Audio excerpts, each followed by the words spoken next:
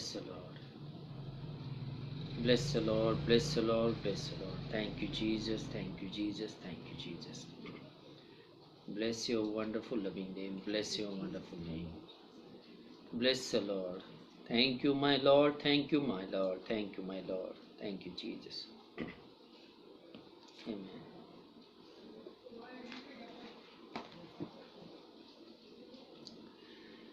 योग्य केवल तू, योग्य केवल तू, योग्य केवल तू ही प्रभु, मेरे प्रभु यीशु। योग्य केवल तू, योग्य केवल तू, योग्य केवल तू ही प्रभु, मेरे प्रभु यीशु। पवित्र केवल तू, पवित्र केवल तू, पवित्र केवल तू ही प्रभु, मेरे प्रभु यीशु। पवित्र केवल तू, पवित्र केवल तू, पवित्र केवल तू ही प्रभु, मेरे प्रभु यीशु। आदर और महिमा हो तेरी, आदर और महिमा हो तेरी, आदर और महिमा हो तेरी प्रभु, मेरे प्रभु यीशु। आदर और महिमा हो तेरी, आदर और महिमा हो तेरी, आदर और महिमा हो तेरी प्रभु, मेरे प्रभु यीशु। स्तुति प्रशंसा हो तेरी, स्तुति प्रशंसा हो तेरी, स्तुति प्रशंसा हो मेरे प्रभु, मेरे प्रभु यीशु। स्तुति प्रशंसा हो तेरी, स्तुति प्रशंसा हो तेरी, स्तुति प्रशंसा हो तेरी प्रभु, मेरे प्रभु यीशु। योग्य केवल तू, योग्य केवल तू, योग्य केवल तू ही प्रभु, मेरे प्रभु यीशु। योग्य केवल तू, योग्य केवल तू, योग्य केवल तू ही प्रभु, मेरे प्रभु यीशु। Bless the Lord. Thank you, Jesus. Thank you, my Lord. Thank you, my Lord. Thank you, my Lord. धन्यवाद असो परमेश्वर पित्या, गौरव आणि गौरव असो परमेश्वरा। तो आमचा देव, आमचा आश्रय, तो आमचा दुर्ग, आमचा खडक, आमची ढाल, आमचं कवच, आमचा आधार, आमचा तारणशृंग, अब्राहम, इसाक व याकोब यांचा जिवंत देव, इस्रायल लोकांचा देव आणि आम्हा विदेशी लोकांचा देव तूच आहेस परमेश्वरा. हे परमेश्वरा, तुझ्या समोर येण्यापूर्वी परमेश्वरा आमच्या सर्व अपराधांची तू आम्हाला क्षमा कर. आमच्या सर्व पापावर तू पांघरून घाल. हे परमेश्वरा, आमच्यावर आपली कृपा दृष्टी ठेव परमेश्वरा. आमच्यावर तू आपली दया कर परमेश्वरा. हे प्रभू, आतापर्यंत सांभाळस परमेश्वरा, आणि या संध्याकाळच्या समयी पुन्हा एकदा तुझ्या उपस्थितीत तू आम्हाला आणलंस, याबद्दल मी तुझे आभार मानतो परमेश्वरा. हे प्रभू, ज्या अर्थी आम्ही एकत्र आलेलो आहोत, आम्ही तुझ्या उपस्थितीमध्ये आहोत परमेश्वरा, तुझ्या प्रेझेन्समध्ये, तुझ्या समक्षतेमध्ये आम्ही आहोत परमेश्वरा, आणि तुझी नजर आमच्यावर आहे परमेश्वरा. तुझी नजर सर्व काही न्याहाळू पाहते परमेश्वरा. तुझ्या समोर परमेश्वरा येत असताना परमेश्वरा आमच्यातील प्रत्येकाला तू सहाय्य कर, प्रत्येकाला तुझ्या स्वाधीन घे अशी विनंती मी तुला करतो. हे प्रभू, तूच आमचा देव आहेस परमेश्वरा. आमच्या अशक्तपणामध्ये आम्हाला सहाय्य करणारा, मदत करणारा तूच आमचा देव आहेस परमेश्वरा. ओ बाप्पा, आम्हाला मदत करणारा तुझ्याशिवाय दुसरा कोण आहे परमेश्वरा. आज पुन्हा एकदा संध्याकाळच्या समय तुझ्या समोर आलेलो असताना बाप्पा, खरोखर बाप्पा, यावेळेस मी प्रार्थना करतो परमेश्वरा, जे कोणी प्रार्थना करीत आहेत, जे वचन ऐकणार आहेत बाप्पा, प्रत्येकाच्या अंतकरणाला या क्षणाला तू स्पर्श कर परमेश्वरा. In Jesus name, touch their heart, touch their ears and touch their eyes, O my Lord. ओ परमेश्वर पित्या, येशूच्या नामामध्ये परमेश्वरा त्यांच्या अंतकरणाला स्पर्श कर, त्यांचं अंतकरण उघड, की जेणेकरून परमेश्वरा तुझं वचन ते समजू शकतील परमेश्वरा.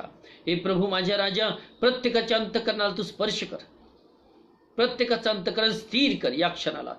बाप्पा, जे दुरात्मे अडखळण करतात, येशूच्या नामामध्ये परमेश्वरा त्या दुरात्म्यांना तू धमकाव येशूच्या नामामध्ये बाप्पा. प्रत्येकाला सहाय्य कर अशी विनंती मी तुला करतो. प्रत्येकाचं मन स्थिर कर बाप्पा. प्रत्येकाचे आध्यात्मिक कान उघड, की जेणेकरून परमेश्वर ती तुझी स्वर्गीय वाणी जी तुझ्या वचनामध्ये लपलेली आहे ते ऐकतील. प्रभू, त्यांचे आध्यात्मिक नेत्र उघड, म्हणजे परमेश्वरा ते तुझ्या शास्त्रातला अद्भुत प्रकाश पाहतील. प्रभू, त्यांचं अंतकरण उघड, म्हणजे तुझी वचने ते समजून घेतील. प्रभू, त्यांच्यावर तोच अभिषेक ठेव परमेश्वरा, जो बोलणाऱ्यावर आहे परमेश्वरा. प्रभू, जो अभिषेक तू मजवत ठेवशील बाप्पा, जो तुझ्याकडून असेल परमेश्वर अभिषेक, तो अभिषेक परमेश्वरा मजवर आणि त्यांच्यावर ठेव परमेश्वरा. हे प्रभू, दरवेळेस तुम्हाला सहाय्य झालास, मी तुझे आभार मानतो. हे प्रभू, आजही पुन्हा एकदा मी स्वतःला तुझ्या हातामध्ये सुपूर्द करतो. माझ्या अशक्तपणामध्ये तूच माझी ताकद आहेस, तूच माझी शक्ती आहेस परमेश्वरा. प्रभू, आजपर्यंत परमेश्वरा तूच माझा सहाय्य झालेला आहेस. प्रभू, आज पुन्हा एकदा मी स्वतःला तुझ्या हातात सुपूर्द करतो. हे प्रभू, तुझा अभिषेक तू मजवत ठेव, माझ्या जिभेला सुस्पर्श कर, ओठांना विधीवरचा इंगळ लाव, आणि माझ्या मुखात तो आपले शब्द घाला अशी विनंती मी तुला करतो. हे प्रभू, तुझा अनंतिक तू मजवत ठेव अशी विनंती मी तुला करतो. इथून पुढचा वेळ तू या स्वाधीन घे. धन्यता नर प्रभू येशू ख्रिस्ताच्या प्रिय आणि गोड नाथ मागतो, म्हणून तो ऐक. Amen, amen, amen. Bless the Lord.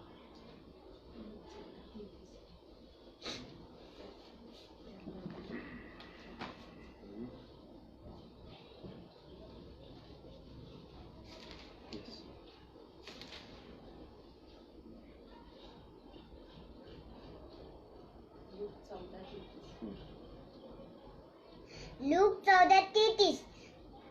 तर त्याप्रमाणे तुम्हातील जो आपल्या सर्वस्वाचा परित्याग करीत नाही, तो माझा शिष्य होता येत नाही. आमेन.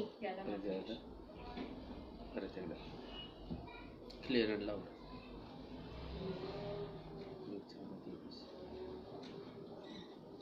लूक 14:33. तर त्याप्रमाणे तुम्हातील जो आपल्या सर्वस्वाचा परित्याग करीत नाही, त्याला माझे शिष्य होता येत नाही. आमेन.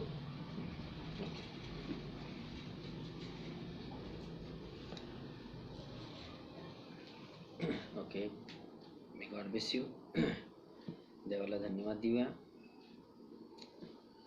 या वचनाबद्दल, या संध्याकाळच्या समयाबद्दल परमेश्वराचे मी आभार मानतो. जो समय परमेश्वराने आपल्याला देऊ केला, यावेळेस मी तुम्हा सर्वांचं गॉस्पेल असेंब्ली चर्च भिंगार अहमदनगरमध्ये स्वागत करू इच्छितो. स्थानिक मंडळीतले लोक आणि इतर आपले भाऊ आणि बहीण जे ऑनलाईन उपस्थित आहेत, त्या तुम्हा सर्वांचं या ऑनलाईन व्हर्च्युअल सर्व्हिसमध्ये मी स्वागत करतो. निश्चितच देवाने आजपर्यंत आपल्याला सोडलं नाही, टाकलं नाही. रोम 11:1 मध्ये पाऊल बोलतो की देवाने त्याच्या लोकांना सोडून दिले आहे का? आणि तो पुढे म्हणतो कदापि नाही. परमेश्वराने त्याच्या लेकरांना कधीच सोडलं नाही, आजही सोडलं नाही. त्यामुळेच आपण आजपर्यंत सुरक्षित आहोत. देवाची आपल्या सर्वांवरची कृपा आहे की आपण सर्वजण आपल्या घरामध्ये सुरक्षित आहोत आणि परमेश्वर आपल्या सर्व गरजा तो भागवित आहे. जे आपल्याला गरजेचं आहे तो देत आहे. परमेश्वराला आपली काळजी आहे. जसं बापाला आपल्या लेकरांची काळजी असते तसं परमेश्वराला, तो आपला बाप आहे, त्याला आपली काळजी आहे. म्हणूनच आपण या ठिकाणी सुरक्षित आहोत. परमेश्वर आपल्याला सर्व गोष्टी देऊन तृप्त निश्चित करतो. स्तोत्रसंहिता 103 प्रमाणे की सर्व उत्तम पदार्थांनी तो तुझं आयुष्य तृप्त करतो. म्हणून तुझं तारुण्य गरुडासारखं नवं होतं. आणि केवळ आयुष्यासाठी लागणाऱ्या सर्व उत्तम पदार्थांनीच तृप्त करतो असं नव्हे, तर तो आध्यात्मिक लाभांनी सुद्धा तृप्त करतो. परमेश्वर या सर्व गोष्टी मागे आहे. परमेश्वर आपल्याला पुरवतो. सर्व आध्यात्मिक ख्रिस्त येशू मध्ये आहेत, जे स्वर्गीय लाभ. त्याचा संदेश पाठवून तो आपल्याला बरं करतो. त्याचा संदेश तो आपल्यापर्यंत पाठवतो. ब्रदर्स अँड सिस्टर्स, अनेक ठिकाणी लॉकडाऊन आहे अजूनही. अनेक ठिकाणी जवळजवळ सर्वत्र संपूर्ण जगामध्ये, भारतामध्ये आणि सर्वत्र ठिकाणी करोना व्हायरसचं थैमान असताना देखील देव आपली काळजी घेत आहे. देव आपल्याला लागणाऱ्या गोष्टी पुरवत आहे. देव आपल्याला त्याचे संदेश पुरवत आहे. चर्चेस बंद आहेत पण सेवा चालू आहे. चर्चेस बंद आहेत परंतु संदेश चालू आहेत. देवाच्या लेकरांसाठी मार्गदर्शन चालू आहे. देवाच्या लेकरांसाठी उत्तम उत्तम संदेश चालू आहेत. यावरून असं दिसून येतं की खरंच परमेश्वराने आपल्याला आजही सोडले नाही. निश्चितच देव आजपर्यंत आपल्याला आपल्या सगळ्या गरजा पुरवित आलेला आहे. याबद्दल सर्व गौरव परमेश्वराला आपण दिलं पाहिजे. सदैव सदैव सदैव आपण देवाचं उपकार स्मरण केलं पाहिजे. त्याने आपल्यासाठी केलेल्या गोष्टींबद्दल ज्यावेळेस आपण उपकार स्मरण करतो त्यावेळेस परमेश्वराचा आशीर्वाद आपल्यावर येतो. त्यानंतर मी गेले 2 मीटिंग्स एक विषय हाताळत आहे. मला माहित नाही परमेश्वर आपल्याला अजून किती दिवस या विषयातून घेऊन जाणार आहे, परंतु विषय उत्तम आहे. आणि हा विषय आपल्याला आपली जागा दाखवतो. संदेशाचं नाव आहे शिष्यत्वाची किंमत. शिष्यत्वाची किंमत, इंग्लिशमध्ये the cost of discipleship. The cost of discipleship. आज मी पुन्हा नवीन वचनाकडे जाणार आहे. थोडंफार वचन मी आज घेऊ इच्छितो आणि मग जर वेळ पुरला तर निश्चित नेक्स्ट मीटिंगमध्ये मी बोलेल. पण आज पुन्हा एकदा काही मागील वचनांकडे मी फोकस करणार आहे आणि त्यातले काही वचन आपण अजूनही घेतलेले नाहीत ते मी आज घेणार आहे. परंतु संदेशाचं नाव आहे शिष्यत्वाची किंमत. आणि जर तुम्हाला हा संदेश माझा विश्वास आहे की गेल्या 2 मीटिंग्समध्ये मी बऱ्यापैकी एक्सप्लेनेशन याचं दिलेलं आहे, पण तुम्ही पुन्हा एकदा काळजीपूर्वक ऐकू शकता आणि त्याच्यावर ठसा उमटवू शकता. मी पुन्हा एकदा त्या गोष्टीवर ठसा उमटवत आहे. आणि हेडलाईन असं आहे या संदेशाचं, शिष्यत्वाची किंमत. अनेक लोक विधान नोटेबल आहेत. बघा, विधान नोटेबल आहेत. विधान नीट कॅच करा. कारण विधान नीट जर का तुम्ही कॅच केले, विधान नीट जर का ऐकले तर तितकी तुम्हाला समज प्राप्त होईल. आपला प्रॉब्लेम हा की संदेश देणारा महत्वाचा बोलत असतो, परंतु आपण कित्येक महत्वाच्या विधानांकडे दुर्लक्ष करतो. आपण वर ऐकतो, त्यामुळे तो संदेश आपल्याला जसा पाहिजे तसा समजत नाही.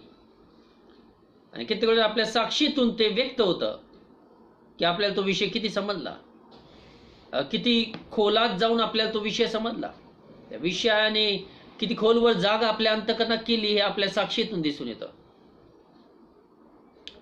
म्हणून शिष्यत्वाची किंमत, द कॉस्ट ऑफ डिसायपलशिप. अनेक लोक येशूला स्वीकारतात, अनेक लोक येशूच्या मागे जाऊ इच्छितात, त्यांना येशूला ते स्वीकारतात, परंतु किती जण त्याला अनुसरतात हे महत्वाचं आहे. किती जण त्याला स्वीकारतात हे महत्वाचं नाही, किती जण त्याला अनुसरतात, किती जण त्याला फॉलो करतात हे अत्यंत महत्वाचं आहे. कारण त्याला स्वीकारणारे लोक देवाच्या राज्यात जातील असं नव्हे, तर त्याला अनुसरणारे लोक, त्याच्या पावलावर पाऊल देऊन चालणारे लोक, योहानाने सांगितल्याप्रमाणे जसा तो चालला तसे चालणारे लोक देवाच्या राज्यात निश्चित जातील. आणि अजून आपल्याला वेळ आहे की आपण स्वतःला चेक करून पाहू शकतो की मी फक्त विश्वास ठेवणाऱ्यांपैकी आहे का, मग मी त्याला फॉलो करणारा आहे. माझ्या दैनंदिन जीवनामध्ये, माझ्या रोजच्या जीवनामध्ये मी येशूला फॉलो करतो का, येशूला अनुसरतो का. आता हा जो शब्द आहे अनुसरणं, याचा अर्थ काय. अनुसरणं म्हणजे जसा तो चालला तसं तुम्ही चाललं पाहिजे. You must walk in your life as he walked. जसा तो चालला. प्रश्न, तो कसा चालला, तो कसा जीवन जगला. फक्त 3.5 वर्षाच्या मिनिस्ट्रीकडे पाहू नका. त्याच्या लहानपणापासून त्याच्या मिनिस्ट्रीमध्ये पदार्पण करेपर्यंत, त्यानंतर मरेपर्यंत तो कसं जीवन जगला याच्याविषयी विचार करा. आणि जसा तो वागला त्याच्या जीवनामध्ये तसं वागा, तरच तुम्ही येशूला फॉलो करता. Then and then only you will follow Christ. You follow Christ. Otherwise you don't. विश्वास ठेवणाऱ्यांचा मोठा समुदाय आहे या जगामध्ये, पण किती जण त्याला अनुसरतात. How many of them follow Jesus Christ? How many of them walk as Jesus walked? त्यांच्यापैकी किती जण येशूला अनुसरतात आणि त्यांच्यापैकी किती जण त्याप्रमाणे चालतात जसं येशू चालला. ब्रदर्स अँड सिस्टर्स, फार कमी लोक आहेत की ते येशू जसं चालला तसे चालतात. म्हणजे येशू ज्यावेळेस अनेक समुदाय मोठा येत होता, मला असं वाटतं लूक 14 अध्यायामध्ये 25 वचन, खरे शिष्य कोण, हु आर द ट्रू डिसायपल्स. खरे शिष्य कोण आहेत. पहा, तुम्ही स्वतःला शिष्य समजता का. तुम्हाला जर विचारलं तुम्ही शिष्य आहात का, तुम्ही म्हणताल हो आम्ही येशूचे शिष्य आहोत. पण तुम्ही म्हटल्यामुळं तुम्ही शिष्य बनत नाही, तर तुम्ही कॅरेक्टरने शिष्य बनता, तुम्ही तुमच्या वागणुकीने शिष्य बनता, तुमच्या स्वभावाने तुम्ही शिष्य बनता, तुमच्या वर्तणुकीने तुम्ही शिष्य बनता. तुम्ही म्हणता आम्ही शिष्य आहोत म्हणून तुम्ही शिष्य होत नाही. पहा, आणि येशूच्या मागे मोठा लोकसमुदाय येत होता. 14 अध्याय 25 वचन, लूक 14:25. त्याच्याबरोबर मोठे लोक समुदाय चालले होते, तेव्हा तो त्याचकडे वळून म्हणाला. पहा, येशू, नीट लक्ष द्या मी काय बोलतो. येशूच्या माग मोठा लोकसमुदाय येत होता. एक वेळेस 5,000 लोकांना जीव घातलं. तो फार मोठा समुदाय त्याच्या मागे येत होता. त्यानंतर 4,000 लोकांना जीव घातलं. फार मोठा लोकसमुदाय, स्त्रिया आणि लेकरांची संख्या वेगळी, पुरुषांची संख्या वेगळी. बायबल फक्त पुरुषांची संख्या आपल्याला देतं. 5,000 आकडा, 4,000 आकडा हा फक्त पुरुषांचा आहे. पण स्त्रिया आणि लेकर बाळ हे वेगळे होते. इतका मोठा जनसमुदाय येशूकडे येत होता, येशूच्या मागे चालला. पण ते शेवटपर्यंत येशूला अनुसरले का? त्याने येशूवर विश्वास ठेवला. येशू चमत्कार करत होता म्हणून त्यांनी येशूवर विश्वास ठेवला. पण त्यांनी येशूला अनुसरलं का? किती जण शेवटपर्यंत टिकले? शास्त्रवचन सांगतं, जो कुणी शेवटपर्यंत टिकेल तोच तरेल. किती जण शेवटपर्यंत टिकले हे फार महत्वाचं आहे. म्हणून आपण स्वतःला शिष्य म्हणतो म्हणून आपण शिष्य म्हणत नाही. येशूच्या मागे ते लोक आले, अर्थात याचा अर्थ असा नाही की ते शिष्य आहेत, आणि आपण येशूच्या मागे जातो याचा अर्थ असा नाही की आपण शिष्य आहोत. शिष्याची व्याख्या आणि त्याची खोली फार मोठी आहे. शिष्य शब्दाची खोली, त्याची डेप्थ फार मोठी आहे. जशी तुम्ही समजता तशी ती नाही आहे. आणि येशूने त्याच्या लाईफमध्ये इतकं कठोर गोष्टी बोलल्या की लोक ते स्वीकारू शकत नव्हते. म्हणून अनेक लोक येशूचं बोलणं ऐकून निघून जायचे. येशू सत्य प्रीच करणारा व्यक्ती होता. त्यांनी सत्य लोकांना सांगितलं. आणि मोठ्या समुदायामध्ये येशू इंटरेस्टेड नव्हता. माहिती आजचे पाळक लोक, आजकालचे देवाचे सेवक जे आहेत ते मोठी संख्येमध्ये इंटरेस्टेड आहे. किती लोक चर्चमध्ये येतील, किती लोक जास्त वाढतील, त्या संख्येमध्ये इंटरेस्टेड असतात. जितके जास्त लोक असतात त्यांची ते ताठमान त्यांची होते आणि ते म्हणतात माझ्या चर्चमध्ये एवढे लोक आहेत. प्रश्न विचार तुम्ही, येशूकडे किती लोक होते? तो देवाचा पुत्र असून देखील किती लोक होते? तो मग तो आकाशातील पाखरास घरटे आहेत, खोकडास बिळे आहेत, परंतु मनुष्याच्या पुत्राला डोके टेकाव्यास जागा नाही. किती जण येशूकडे होते? 12 जण जर सोडले त्यापैकी एक जण गेला उदयच करे, तर 11 जणांपेक्षा जास्त कुणी नव्हतं. आणि त्यानंतर 120 जण. मला सांगा किती जण येशूने लोक गोळा केले त्यावेळेस. आणि कित्येक देवाचे सेवक जास्त लोक एकत्र करण्यामध्ये इंटरेस्टेड असतात. नाही ते क्वांटिटी गोळा करत आहेत, क्वालिटी नाही. ते क्वांटिटी गोळा करीत आहेत, क्वालिटी नाही. पण ज्यावेळेस येशूच्या मागे बरेच लोक येत असत, ती क्वांटिटी येत होती, परंतु येशू क्वालिटीच्या मागे लागलेला होता. Jesus was looking for quality, not quantity. किती लोक येतात त्याच्या मागे, त्याच्यामध्ये तो इंटरेस्टेड नव्हता. परमेश्वर नेहमी क्वालिटीमध्ये इंटरेस्ट करतो, क्वांटिटीमध्ये नाही. विश्वास क्वांटिटीच्या मागे लागत नाही, तर विश्वास क्वालिटीच्या मागे लागतात. मी त्या लोकांना शोधत आहे की जे निवडलेले आहेत, जे शिष्य बनण्याच्या पात्र आहेत, ज्यांची शिष्य बनण्याची हौस आहे. अशा लोकांसाठी मी आहे. पहा, मला क्वांटिटी नको, क्वालिटी पाहिजे. आणि येशूकडे मोठा लोकसमुदाय येत होता.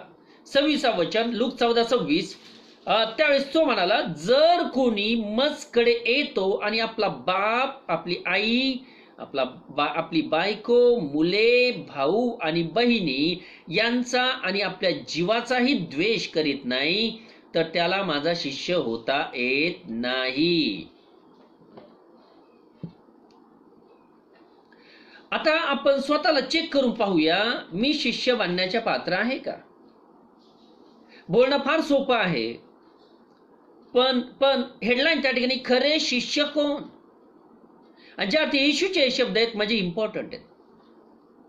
येशूचे शब्द आहेत, देवाच्या पुत्राचे शब्द आहेत, म्हणजेच अत्यंत महत्वाचे आहेत. तो चुकीचा नाही बोलला. तो म्हणतो कोणाला माझा शिष्य व्हायचा आहे? म्हणून आपण चर्चमध्ये जातो किंवा आपण ऑनलाईन संदेश ऐकतो म्हणजे आपण शिष्य बनलो असं नव्हे. शिष्य बनण्यासाठी फार मोठा त्याग करावा लागतो. शिष्य बनण्यासाठी रोज मारावं लागतं. शिष्य बनण्यासाठी आपल्या इच्छांना मारावं लागतं. शिष्य बनण्यासाठी पावलासारखं शरीराला दास बनवावं लागतं. शिष्य बनण्यासाठी आपल्या इच्छा या बाजूला ठेवून देवाच्या इच्छा आपल्या इच्छा कराव्या लागतात. देवाचे मार्ग आपले मार्ग करावे लागतात. परित्याग करावा लागतो. आपलं जास्त प्रेम कोणावरच नको, देवाशिवाय. कधीच कोणावर प्रेम करू नका जास्त, आपल्या घरादारातल्या लोकांवर सुद्धा नाही. पहा, तो आपला देव परमेश्वर अनुवाद 6:5 याजवर पूर्ण मनाने, पूर्ण जीवाने, पूर्ण शक्तीने प्रीती कर.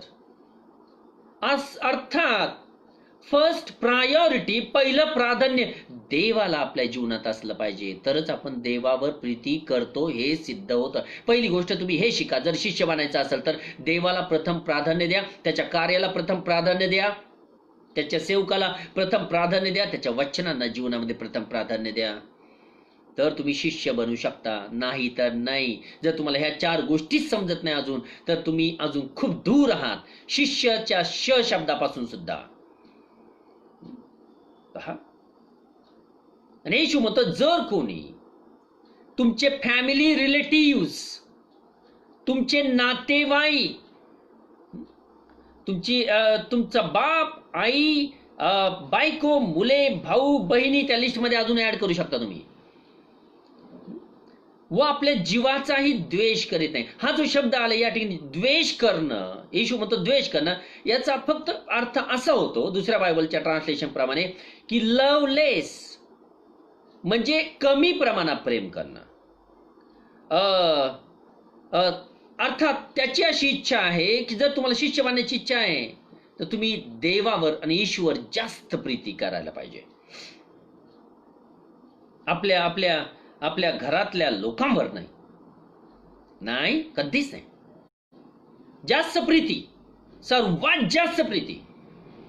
म्हणून मागच्या वेळेस मी तुम्हाला उदाहरण दिलं, अब्रामाला सांगितलं की तू आपलं गणगोत्र, आपले नातेवाईक सोडून मी दाखवील त्या देशात जा, उत्पत्तीच्या पुस्तकामध्ये वाचल्याप्रमाणे. आणि अब्राम रेडी झाला त्याग करायला, म्हणून तो शिष्य बनण्यास पात्र झाला. अब्रामाने विचार केला नाही नातेवाईक सोडण्यासाठी, पण आपल्याला जर का अशी आज्ञा केली येशूने, आपण सोडू शकतो का? यावरून आपली टेस्ट होती की आपण शिष्य बनायच्या पात्र आहोत की नाही. मी तुम्हाला सांगतो आणि खरंच सांगतो, अनेक लोक देवाचं राज्य गमावणार आहेत. कारण का? ते याच विश्वामध्ये जगत आहेत की मी ख्रिस्ताला फॉलो करतो, मी ख्रिस्ता शरीरामध्ये आहे, मी सत्यामध्ये आहे, पण ते त्यांच्या जीवनामध्ये जर त्यागमय जीवन जगतच नाही, शिकतच नाहीत, प्रॅक्टिस करत नाही, तर ते देवाच्या राज्यापासून खूप दुरावलेले आहेत. त्यांना आशा नाहीये, कुठलीच आशा नाही त्या लोकांसाठी. संदेश कशासाठी असतात? वचन सांगतं की जीवाचा द्वेष करणं, स्वतःच्या जीवाचा सुद्धा द्वेष करणं म्हणजे काय? की फॅमिली रिलेटिव्हजवर, आपल्या घरातल्या लोकांवर त्यांच्यापेक्षा अधिक प्रेम. मत्ते 10:37 मध्ये सांगितल्याप्रमाणे जो कोणी माझ्यापेक्षा आपल्या बापावर, आपल्या आईवर, आपल्या मुलग्यावर, आपल्या मुलीवर जास्त प्रीती करतो, तो मला योग्य नाही, तो मला योग्य नाही. येशूचे बोलणे असे होते. मी तुम्हाला सांगतो, ही एक चाळणी आहे देवाच्या वचनांची. तुम्ही स्वतःचं समाधान कसं करून घेता हे मला माहिती नाही, पण ही एक चाळणी आहे. या चाळणीतून बरोबर खडे बाहेर पडतात. येशू चालतो की तुम्ही शिष्य बनण्याच्या पात्र आहात का नाही. पण आपण फक्त वचन ऐकतो, पण खरा न्याय त्या दिवशी होणार आहे. त्यावेळेस लज्जेने माना खाली जातील, कारण तुम्ही आत्ताचा सगळा टायमिंग गमावला, आत्ताची सगळी वेळ गमावली, आणि तुम्ही येशूचं बोलणं गांभीर्याने घेतलं नाही. जर तो आता आला तर तुम्हाला तो तेच सांगेल जो आज मी तुम्हाला सांगत आहे, कारण हे त्याचे शब्द आहेत. आणि त्याचे अटी अशा आहेत की तुम्ही जर का शिष्य व्हायचं असेल तर तुम्ही सगळ्या गोष्टी कमी लेखल्या पाहिजेत. म्हणून मागच्या वेळेस मी उदाहरण दिलं की ज्यावेळेस चर्चला, आता सध्या चर्च नाही, परंतु चर्चला याची वेळ होते, किंवा मग आत्ताच्या घडीला लागू पडणारं उदाहरण देतो मी, ज्यावेळेस ऑनलाईन सर्व्हिसची वेळ येते आणि त्यावेळेस मग नुकतंच लगेच घरामध्ये कुणीतरी येतं आणि मग तुम्ही लेट सर्व्हिसमध्ये येता आणि मग तुम्ही किती वेळेस कॅन्सल करता चर्चला येण्याचं किंवा ऑनलाईन संदेश ऐकायचं, कारण का रिलेटिव्ह घरामध्ये आले. मला असं वाटतं त्या लोकांना रिलेटिव्ह देवाच्या राज्यात घेऊन जाणार आहेत. मला असं वाटतं त्या लोकांना त्यांचे नातेवाईक त्यांचं तारण करणार आहेत असं त्यांना वाटतं, असं मला वाटतं. म्हणूनच त्यांचे डोळे उघडत नाहीत. वचन इतके क्लिअर कट असून सुद्धा, वचन इतके स्पष्ट असून सुद्धा. कित्येक वेळेस ऑनलाईन सर्व्हिस जी आहे ते आपलं चर्च आहे. ऑनलाईन सर्व्हिस म्हणजे आपलं चर्च आहे आता सध्या. याला तेवढंच महत्व द्यायचं जेवढं जसं तुम्ही चर्चला देता. फेसबुकला नंतर संदेश ऐकता येतो याचा अर्थ असा नाही ऑनलाईन हजर नाही राहायचं. चूक, सपशेल चूक, 100% चूक. फेसबुकला नंतर संदेश ऐकता येतो म्हणून ब्रदर मी इथं ऑनलाईन नाही राहिलं तर त्याला मी नंतर ऐकल. ब्रदर मी नंतर ऐकतो ना संदेश. मी अशा व्यक्तीला कधीच ऍप्रिशिएट करणार नाही, परमेश्वर पण करणार नाही, कारण त्याचा हलगर्जीपणा परमेश्वर ताडून पाहिल आणि त्याला त्याच्या कृतीप्रमाणे फळ देईल. तुमच्यासाठी इम्पॉर्टंट काय का?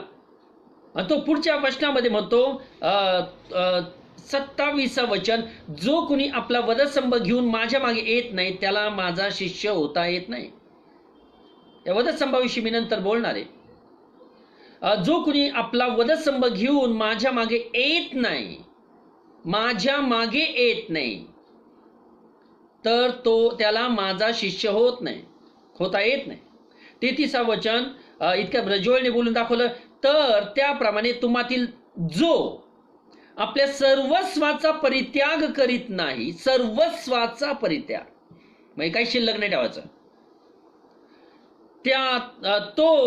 त्याला माझा शिष्य होता येत नाही. आता मला सांगा तुम्ही या तिन्ही पण वचनांमध्ये वचन 26, वचन 27, वचन 33 मध्ये कुठं मोडता? आता आपण स्वतःच मोजमाप आपण करू शकतो की खरंच मी शिष्य बनण्याचे पात्र आहे का? मी माझ्या नातेवाईकांना जास्त इम्पॉर्टन्स देतो का चर्चला इम्पॉर्टन्स देतो, महत्व देतो का देवाच्या सेवकाला महत्व देतो? हे आपण स्वतःच पडताळा करायचा. संदेश इम्पॉर्टंट आहेत. संदेश आपली उन्नती करू शकतात. संदेश आपल्याला देवाच्या राज्यात घेऊन जाऊ शकतात. त्यावर अवलंबून आपण कसं ऐकतो, कसं घेतो. येशूचं बोलणं इतकं कठोर होतं तुम्हाला माहिती, त्यामुळेच कित्येक लोक त्याला सोडून गेले, कारण ते म्हटले हे वचन फार कठीण आहे, हे कोणाच्याने ऐकवेल. येशूचं बोलणं कठोर होतं बरं. तो मधासारखे गोड शब्द बोलणाऱ्यांपैकी नव्हता, जसे आजचे सेवक लोक मधासारखे गोड शब्द बोलतात. जसे लोकांना गोळा करण्यासाठी मधासारखे गोड शब्द बोलतात, तसं येशूला जमत नव्हतं. म्हणून शास्त्री आणि पुरुषी त्याच्या विरोधात गेले, कारण येशूचे शब्द कठोर होते. येशू त्यांना डायरेक्टली तोंडावर म्हणत होता की तुम्ही आंधळे आहात, आंधळ्याचे वाटाडे आहात, तुम्ही चुना लावलेल्या कबरा आहात. येशू तोंडावर म्हणत असे आणि लोकांना ते आवडत नसे. येशूचं बोलणं कठोर होतं. एवढा मोठं लोक समुदाय आलं त्याच्या मागं. तो सरळ म्हणतो की जर तुम्ही सर्वस्वाचा त्याग करीत नाही तर तुम्ही माझे शिष्य बनवू शकत नाही. ब्रदर्स अँड सिस्टर्स, हे वचन 2000 वर्षापूर्वी दिलं, आजही ते तेवढंच जिवंत आहे. आजही ते तेवढंच आपल्याला लागू पडतं. देवाचं वचन काल, आज आणि युगानुयुग सारखंच आहे. गवत सुक्त फुल कोमेचं, परंतु आमच्या देवाचे वचन सदा सर्व काळ टिकते. त्याच्यामध्ये तेवढाच पॉवर आहे, तेवढाच इफेक्ट आहे. आजही देवाचं वचन तेवढंच कार्य करण्यास कार्यक्षम आहे. म्हणून मी शिष्य बनू शकतो का हे आपण पाहायला पाहिजे. आणि वचन मी त्या दिवशी जे घेतले नाही ते घेतो. या ठिकाणी 28 वचन 14व्या अध्यायामध्ये आहे. मी 28 वचन, बुरुज बांधावायची इच्छा असता पहिल्याने बसून व खर्चाचा अंदाज करून आपल्या जवळ तो पुरा करण्या इतकी ऐपत आहे की काय हे पाहत नाही असा तुम्हातील कोण आहे? प्रभू या ठिकाणी हे विषय समजण्यासाठी 1-2 उदाहरणं देतो की तुम्हाला माझा शिष्य बनायचं आहे का? मी तर तुम्हाला तो म्हणतो मी तर तुम्हाला सांगतो की तुम्ही जर सर्वस्वाचा त्याग करत नाही तर तुम्ही माझे शिष्य बनू शकत नाही. जर या जगातल्या गोष्टी तुमच्यासाठी महत्वाच्या आहेत, तुमचे नातेवाईक महत्वाचे आहेत चर्चपेक्षा, देवाच्या माणसापेक्षा, तर तुम्ही माझे शिष्य बनू शकत नाही. पण आज अशी वेळ आहे की तुम्हाला जसं वाटेल तसं तुम्ही वागा. संदेश येऊन चुकलेले आहेत, तुम्हाला जसं वाटेल तसं तुम्ही वागा. पण एक दिवस येईल, तो न्यायाचा दिवस, तो ठरविल कोण कुठं आहे, कोणी काय केलेलं आहे त्याच्या जीवनात. आज जरी कोणाला दिसत नसलं परंतु परमेश्वर सर्व काही पाहणार आहे. आपण ह्या साच्यामध्ये टिकून राहू का? आपण या चाळणीत टिकून राहू का खड्यासारखे बाजूला फेकले जाऊ ज्यावेळेस परमेश्वर चाळणी लावेल त्यावेळेस? आणि तो म्हणतो, एक उदाहरण, 2-3 उदाहरण प्रभू येशू देतो की जर खरं शिष्य बनायचं असेल तर जर कोणाला बुरुज बांधावायची इच्छा असता, पहिल्याने बसून व खर्चाचा अंदाज करून आपल्याजवळ तो पुरी करायची ऐपत आहे की काय हे पाहत नाही असा तुम्हापैकी कोण आहे? आता त्याला म्हणायचं काय की शिष्य बनणं हे एखादा मोठा बुरुज बांधण्यासारखं आहे. हे साधं काम नाही. लोकांना साधं वाटतं, त्यांना वाटतं की येशूवर विश्वास ठेवला म्हणजे झालं मी शिष्य बनलो. नाही, येशूवर विश्वास, येशूचा शिष्य बनणं हे एखादा मोठा बुरुज बांधण्यासारखं आहे. आणि जर बुरुज बांधायचा तर तो म्हणतो प्रथम जर तुम्हाला बुरुज बांधायचा आणि एक मजलीने 2 मजलीने अनेक मजली असा जर बुरुज बांधायचा तुम्हाला, तर प्रथम त्या मनुष्याला काय करावं लागेल? ज्याला बुरुज बांधण्याची इच्छा त्याला काय करावं लागेल? तो प्रथम बसेल आणि संपूर्ण खर्चाचा तो अंदाज करेल की मला कोणता खर्च होणार आहे. खर्चाचा अंदाज त्याला येतो की मला किती खर्च येणार आहे आणि त्यावेळेस बुरुज बांधायला सुरुवात करतो. तुम्हाला माहिती का, तुम्हाला जर शिष्य बनायचं आहे तर किती मोठा खर्च आहे? तुम्हाला खर्चाचा अंदाज आहे काय की तुम्हाला काय काय करावं लागू शकतं जर शिष्य बनायचं? तर लोकांनी फार सोपं बनवून टाकलं शिष्य बनणं. त्यांना असं वाटतं येशूवर विश्वास ठेवला, चर्चमध्ये जातो, गाणे गातो, प्रार्थना करतो, थोडीशी उपास धरतो म्हणजे मी शिष्य बनलो. नाही, शिष्य बनण्यासाठी तुम्हाला शून्यात जावं लागल. शिष्य बनण्यासाठी तुम्हाला इतकं झुकावं लागल.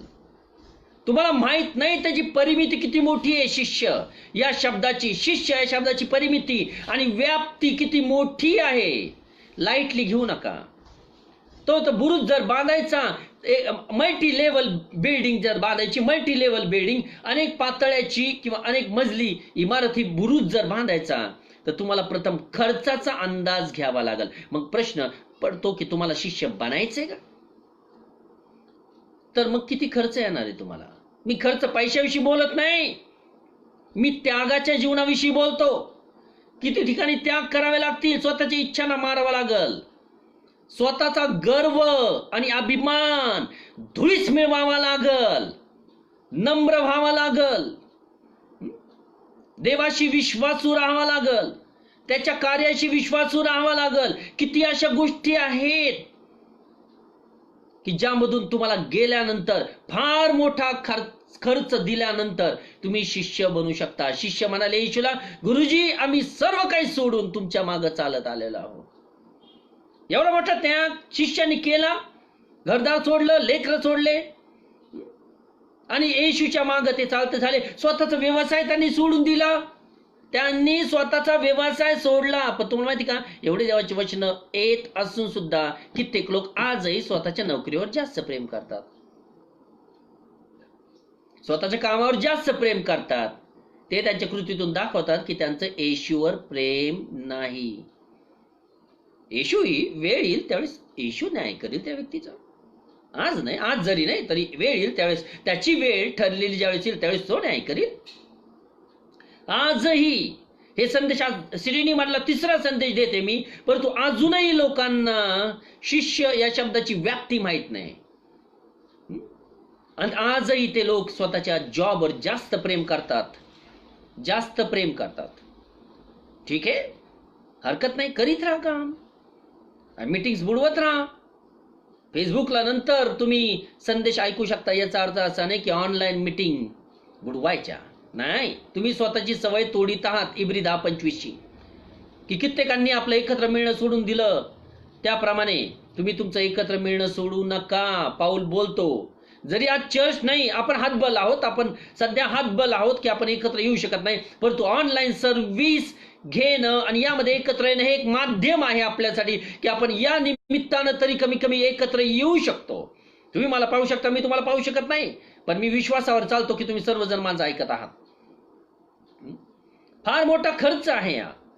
आणि पुढे तो म्हणतो 29 वचन, नाही तर कदाचित पाया घातल्यावर त्याच्याने तो जर पुरा करवला नाही तर सर्व पाहणारे लोक त्याचा उपवास करू म्हणतील की हा मनुष्य बांधू लागला, परंतु ह्याच्याने तो पुरावा करवला नाही. प्रभू येशू शिष्य बनण्याविषयी तुम्हाला उदाहरण देत आहे. खूप सुंदर असं उदाहरण की तुम्हाला शिष्य बनायची इच्छा आहे का, तर शिष्य बनणं हे बुरुज बांधण्यासारखं आहे. शिष्य बनणं हे फार मोठा बुरुज बांधण्यासारखं काम आहे, जे साधं काम नाही. याला फार दिवस लागू शकतात. बुरुज बांधणं एका दिवसाचं काम नाही, फार दिवस लागू शकतात. मेहनत करावी लागेल, कष्ट करावे लागतील, स्वतःला मारावं लागल. हा बुरुज बांधणं जसं तुम्ही उंचावर जाता, यामध्ये जसं एखादं अक्षरशः बुरुज बांधताना एखाद्याचा जीवही जाऊ शकतो.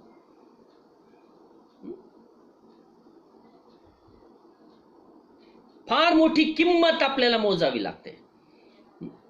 पाऊलाचा शिरच्छेद झाला, पेत्राला ठार केलं, सगळे शिष्य. योहानाचा शिरच्छेद झाला, बाप्तिस्मा घेणाऱ्या योहानाचा शिरच्छेद झाला, स्तेफनाला धोडमार झाली. कुठपर्यंत त्यांनी व्याप्ती गाठली त्यांची शिष्यपणाची. शिष्यत्वाची किंमत संदेश चालू आहे. शिष्यत्वाची किंमत काय? येशूला क्रूस खांबावर दिलं, त्याची शिष्यांना हाल करून मारण्यात आलं. किती मोठी किंमत मोजावी लागते त्याचं शिष्य बनण्यासाठी. बुरुज बांधण्यासारखं आहे. पण तुम्ही तुमच्या लाईफ मध्ये जोपर्यंत जिवंत आहात तोपर्यंत जर तुम्ही हा शिष्यत्वाचा बुरुज बांधू शकले नाही, तर जे तुम्हाला पाहतात की हा गॉस्पेल असेंब्ली चर्चचा मेंबर आहे, हा खूप म्हणत होता आम्ही सत्यामध्ये आहोत, आम्ही ख्रिस्ताशर्यामध्ये आहोत, पण जर तुम्ही हा बुरुज बांधू शकले नाही, जर का तुम्ही नीट स्वतःमध्ये सुधारणा करू शकले नाही, जर तुम्ही शिष्य बनण्याच्या पात्र बनू शकले नाही, तर इतर लोक तुमच्याकडे बघून म्हणतील, ते म्हणतील याने या ठिकाणी पाया आहे खरा, परंतु हा बुरुज बांधू शकला नाही, काम पूर्ण करू शकला नाही. लोक तुमचा उपहास करतील, लोक तुमची चेष्टा करतील, लोक तुमची निंदा करतील. तुम्हाला बुरुज बांधण्याचं काम अर्धवट ठेवायचंय का? शिष्यत्वाचा बुरुज, शिष्यपणाचा बुरुज, फार मोठा बुरुज तुम्हाला बांधावा लागणार आहे. उंच उंच उंच उंच जावं लागणार आहे. जिथं तुम्ही देवाच्या राज्यात जाताल, जिथं स्वर्ग तुमच्यासाठी जवळ असेल, जिथं देव तुमच्यासाठी जवळ असेल. आणि इतर लोक तुमचा उपास करून म्हणतील की हा ह्याने पाया घातला. वचन सांगतं की पाया 29 वचन, नाही तर कदाचित पाया घातल्यावर. तुम्हाला पाया घालण्याची गरज नाही. आता हा पॉइंट नीट समजून घ्या. तुम्हाला पाया घालायचा नाही, तुम्हाला फक्त बुरुज बांधायचा आहे. तुम्हाला पाया घालायचा नाही, तर तुम्हाला बुरुज बांधायचा आहे. पाया आपण बांधत नाही, पाया आपण घालत नाही, पाया परमेश्वर घालतो. पाया म्हणजे काय? आपल्या जीवनातला पाया म्हणजे काय? ज्याच्यावर आपण बुरुज बांधतो किंवा ज्याच्यावर आपली वाढ होत जाते. अशाच वचन असं सांगतं, त्या ठिकाणी बोट ठेवा. हा विषय नीट समजून घ्या, ही कन्सेप्ट, ही संकल्पना नीट समजून घ्या. म्हणून मी हळूहळू चाललोय माझ्या संदेशामध्ये. 14व्या अध्यायामध्ये, लूक 14 मध्ये बोट ठेवा. परंतु वचनात सांगतं, इफिसकरास पत्र 2 अध्याय, इफिसकरास पत्र 2 अध्याय वचनात सांगतं 20 वचन, प्रेषित व संदेष्टे यांच्या शिक्षणावर तुम्ही रचिलेले आहात. यांच्या शिक्षणावर तुम्ही रचिलेले आहात, यांच्या पायावर तुम्ही रचलेले आहात. अर्थात प्रेषितांचं शिक्षण आणि संदेष्टांचं शिक्षण आपल्यासाठी फाउंडेशन आहे. इंग्लिशमध्ये म्हटलं जातं फाउंडेशन, पाया. हा एकदा का घातला गेला आपल्या जीवनामध्ये, देव तो पाया घालतो आपल्या जीवनामध्ये. देव तो विश्वास आपल्यामध्ये देतो. सत्यावरचा विश्वास, ख्रिस्ताचर्यावरचा विश्वास आणि शिक्षणावरचा विश्वास देव डिपॉझिट करतो आपल्या अंतःकरणामध्ये. आणि हा पाया एकदा का शिक्षणाचा आपल्या जीवनात घातला गेला, अर्थात पाया परमेश्वर घालतो. पाया आपल्याला घालण्याची गरज नाही, पाया आपल्याला घालण्याची गरज, पाया परमेश्वर घालतो. आणि आपल्याला मल्टी लेवल उभारायची, आपल्याला बुरुज पुढचा बांधायला सुरुवात करायची. पाया तुम्ही घालू शकत नाही. पाया जर तुम्ही घातला मानवाने तर तो जास्त काळ टिकणार नाही. पाया फक्त परमेश्वर घालू शकतो. परमेश्वराने पाया घातलेला जास्त हा शेवटपर्यंत टिकू शकतो. मानवाने घातलेला पाया, स्पिरिच्युअल फाउंडेशन ज्याला म्हणतो आपण, आध्यात्मिक पाया, जास्त काळ टिकत नाही. पाया परमेश्वर घालतो, पण पुढचं तुमचा जॉब आहे. तुम्हाला पुढची मजले बांधावे लागतील का? तुम्हाला पुढची इमारत बांधावी लागेल, तुम्हाला पुढचा बुरुज बांधावे लागेल. या ठिकाणी आणखीन एक वचन सांगतं, इब्री लोकासपत्र याचा 6वा अध्याय. पाऊल या ठिकाणी काहीतरी बोलतोय बघा. जर आपण नीट वाचलं तर पहिलं वचन, दुसरं वचन आता म्हणतो, यास्तव आपण ख्रिस्ताविषयीच्या मुळारंभीच्या गोष्टी सोडून, ख्रिस्ताविषयीच्या, नीट समजून घ्या, वचन नीट समजली पाहिजेत. यास्तव आपण ख्रिस्ताविषयीच्या मुळारंभीच्या गोष्टी सोडून प्रवृत्तीपर्यंत जाण्याचा नेटाने प्रयत्न करू. आपण ख्रिस्ताविषयीच्या मुळारंभीच्या गोष्टी सोडून, अर्थात बेसिक ज्या गोष्टी आहेत ख्रिस्ताविषयीच्या, ज्या तुम्ही तुमच्या जीवनात शिकलात, उदाहरणार्थ पापांची क्षमा मिळणं, ख्रिस्तावर विश्वास ठेवणं, मेलेल्यांचं पुनरुत्थान, बाप्तिस्मा होणं वगैरे वगैरे, ह्या ज्या बेसिक गोष्टी आहेत ह्या तुमचा पाया आहेत, ह्या मुळारंभीच्या गोष्टी आहेत. ह्या असं समजा ही बाराखडी आहे. तुम्हाला लिहिणं शिकायचं आहे. बाराखडी एकदा का तुम्ही शिकला, त्याच्यानंतर तुम्हाला तिथं न राहता तुम्हाला शब्द लिहायला शिकायचे, तुम्हाला विधान लिहायला शिकायचे, तुम्हाला नंतर पॅरेग्राफ लिहायला शिकायचे, तुम्हाला नंतर पानाचे पानं लिहायला शिकायचे. बाराखडी हा बेस आहे. पाऊल म्हणतो की मुळारंभीच्या ज्या गोष्टी आहेत, ज्या सुरुवातीच्या गोष्टी आहेत, ज्या तुम्ही ख्रिस्तामध्ये आल्यानंतर, सत्यामध्ये आल्यानंतर, ख्रिस्ताच्या शरीरात आल्यानंतर ज्या तुम्ही शिकला, त्या बेसिक गोष्टी आहेत. पण तो म्हणतो त्या सोडून द्या. आता त्याच्यामध्ये घुटमळत धरू नका, त्यामध्ये घुटमळत पडू नका, तर त्याच्याही वर जाऊन मजले बांधायला सुरुवात करा. बेसिक गोष्टींमध्ये फक्त किती दिवस तुम्ही घुटमळत राहताल? पाऊल म्हणतो प्रौढतेपर्यंत जाण्याचा नेटाने प्रयत्न करा. ख्रिस्ताविषयीच्या मुळारंभीच्या गोष्टी तुम्ही सोडून टाका. आम्हाला माहिती ख्रिस्ताशरी म्हणजे काय, आम्हाला माहिती बाबेल म्हणजे काय, ह्या बेसिक गोष्टी आम्हाला माहिती. बाप्तिस्मे किती प्रकारची आहेत. पाऊल बोलतो दुसऱ्या वचनामध्ये, तो म्हणतो की निर्जीव कर्मांचा पश्चाताप. पहा, ह्या बेसिक गोष्टी आहेत, ह्या मुळारंभीच्या गोष्टी आहेत. पाऊल म्हणतो ह्याच्यामध्ये घुटमळत राहू नका, तर प्रवृत्तीपर्यंत जाण्याचा प्रयत्न करा, बुरुज बांधण्याचा प्रयत्न करा.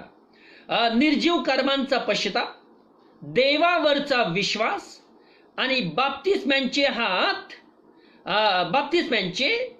आणि हात वर ठेवण्याचे, मृतांच्या पुनरुत्थानाचे व सार्वकालिक न्यायाचे शिक्षण, हा पाया आपण पुन्हा घालू नये. पण भविष्यातला पुन्हा तेच तुम्हाला धडे शिकवायची गरज पडू नये. तेच पुन्हा तेच जे मी 20 वर्षापूर्वी शिकवलं, मी पुन्हा तेच शिकवू नये. पाऊल म्हणतो पुन्हा तेच शिकवत बसू नका, पुन्हा तेच ऐकत बसू नका. तो म्हणतो मुळारंभीच्या गोष्टी सोडून आता बुरुज बांधायला सुरुवात करा, प्रवृत्तीपर्यंत जाण्याचा प्रयत्न करा. आणि जोपर्यंत तुम्ही तुमच्या जीवनात हे शिकत नाही, तोपर्यंत तुम्ही वाढू शकत नाही. तुम्ही कित्येक लोक हे कम्फर्टेबल असतात फाउंडेशन मध्येच. पाय बांधला म्हणजे त्यांना असं वाटतं सगळं काय मिळालं. मला माहिती ख्रिस्ताशरी म्हणजे काय, बाबेल म्हणजे काय, मला माहिती मृतांचं पुनरुत्थान कसं होणार, मला माहिती येशू ख्रिस्त कसा येणार आहे, किती वेळेस येणार आहे. मला माहिती ह्या गोष्टी आणि त्या गोष्टी. आणि लोक त्यामध्ये समाधान मानतात. Many people are comfortable in their foundation, but they are not going forward, they live a defeated life. पण जो कोणी फाउंडेशन मध्ये पायामध्ये समाधानी आहे आणि बुरुज बांधत नाही, तो पराजित असं जीवन जगत आहे, तो अपयशी जीवन जगत आहे. कारण का? त्याला माहित नाही बुरुज मला बांधायला सुरुवात केली पाहिजे. पहा, म्हणून पाऊल म्हणतो की या ज्या मुळावलंबीच्या गोष्टी आहेत त्या सोडून टाका, त्याच्यामध्ये घुटमळ पडू नका. याच ठिकाणी इब्री लोकास पत्र याचा 5वा अध्याय, एम आय राईट, या ठिकाणी 5वा अध्याय 11 वचन, तो म्हणतो याविषयी आम्हाला पुष्कळ सांगायचे आहे. 5वा अध्याय 11 वचन, इब्री लोकास पत्र 5:11. हेडलाईन काय? खऱ्या ख्रिस्त शिष्याच्या मार्गाने प्रगती करण्याची आवश्यकता.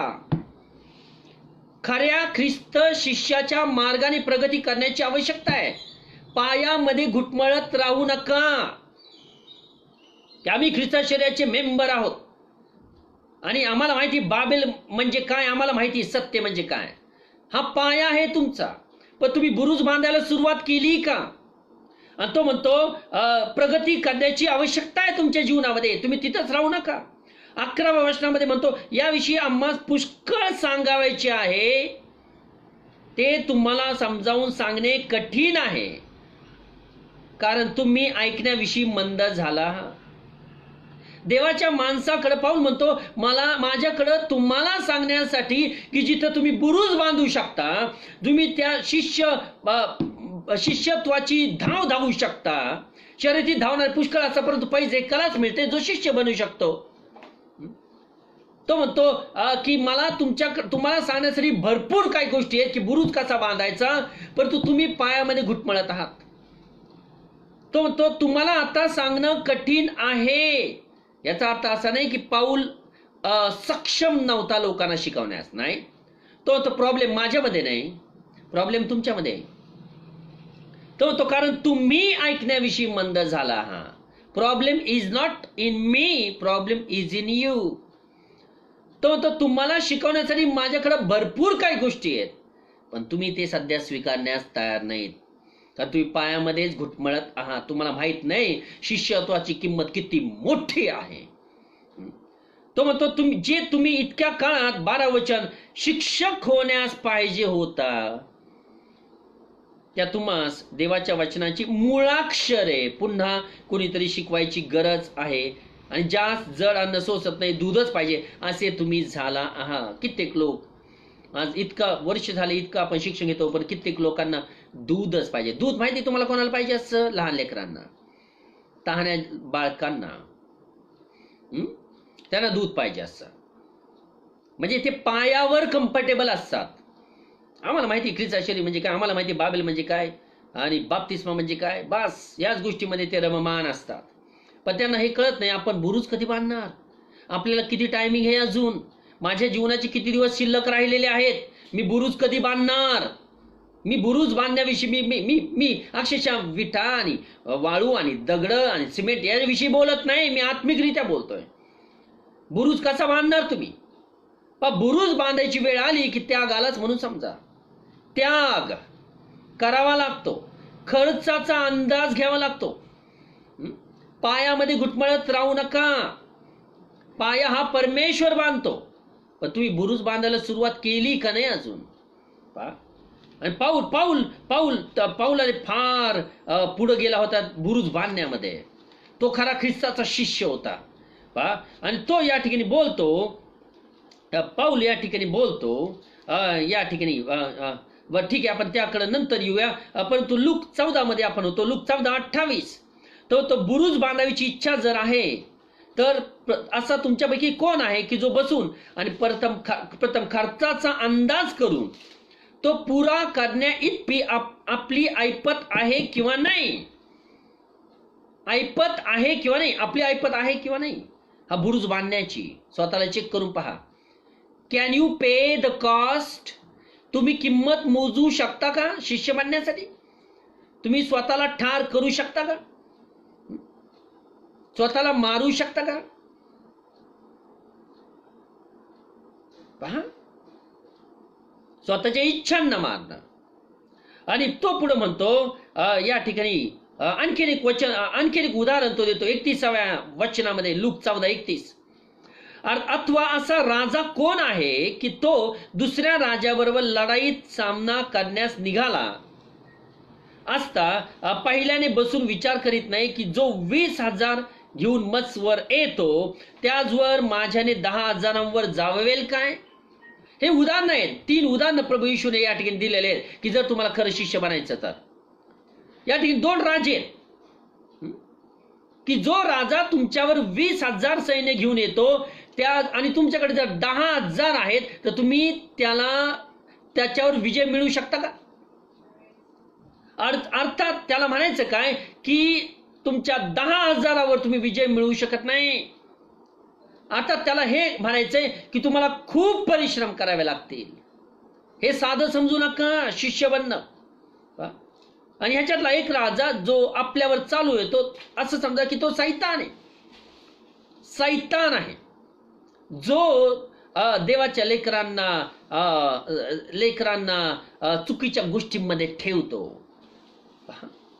आणि त्याच्यावर विजय मिळवून तेवढी ऐपत आहे का आपली? तेवढी शक्ती आहे का? ताकद आहे काय? पहा, तो म्हणतो 20,000 जो घेऊन येतो आणि तुमच्याकडे फक्त 10,000च आहे तर तुम्ही विजय प्राप्त करू शकता का? तो म्हणतो जर नाही तर तो दूर आहे तोच वकिलास पाठवून सल्ल्याचे बोलणे करतो. पहा, तुम्हाला तुमची स्वतःची कुवत वाढवावं लागणारे, ऐपत वाढवावं लागणारे. शिष्य बनणं साधी गोष्ट नाही. तुम्हाला तुमची कॅपॅसिटी वाढवावी लागणारे. हे साधं युद्ध नाही. आपलं मनुष्याबरोबर युद्ध नाहीये. आपलं मानवांबरोबर युद्ध नाही. ब्रजॉयचं एक विधान आहे, मला खूप आवडलं विधान ब्रजॉयचं. ते म्हणतात जो माणूस माणसांबरोबर युद्ध करतो तो सैतानाबरोबर युद्ध करू शकत नाही. The man that fights with man can never fight with Satan. त्यांचं विधान, ब्रजॉयने केलेलं विधान मला आवडलं ते विधान. The man who fights with man cannot fight with the devil. जो माणूस दुसऱ्या माणसाशी युद्ध करतो आणि फाईट करतो, वाद घालतो आणि भांडण करतो, तो सैतानाबरोबर युद्ध करू शकत नाही. आपलं युद्ध माणसांबरोबर नाही.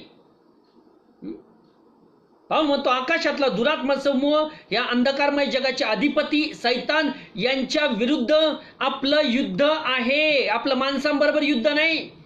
घरातल्या लोकांबरोबर युद्ध नाही. घरातल्या लोकांबरोबर भांडणं करणं, वाद घालणं सोडून टाका.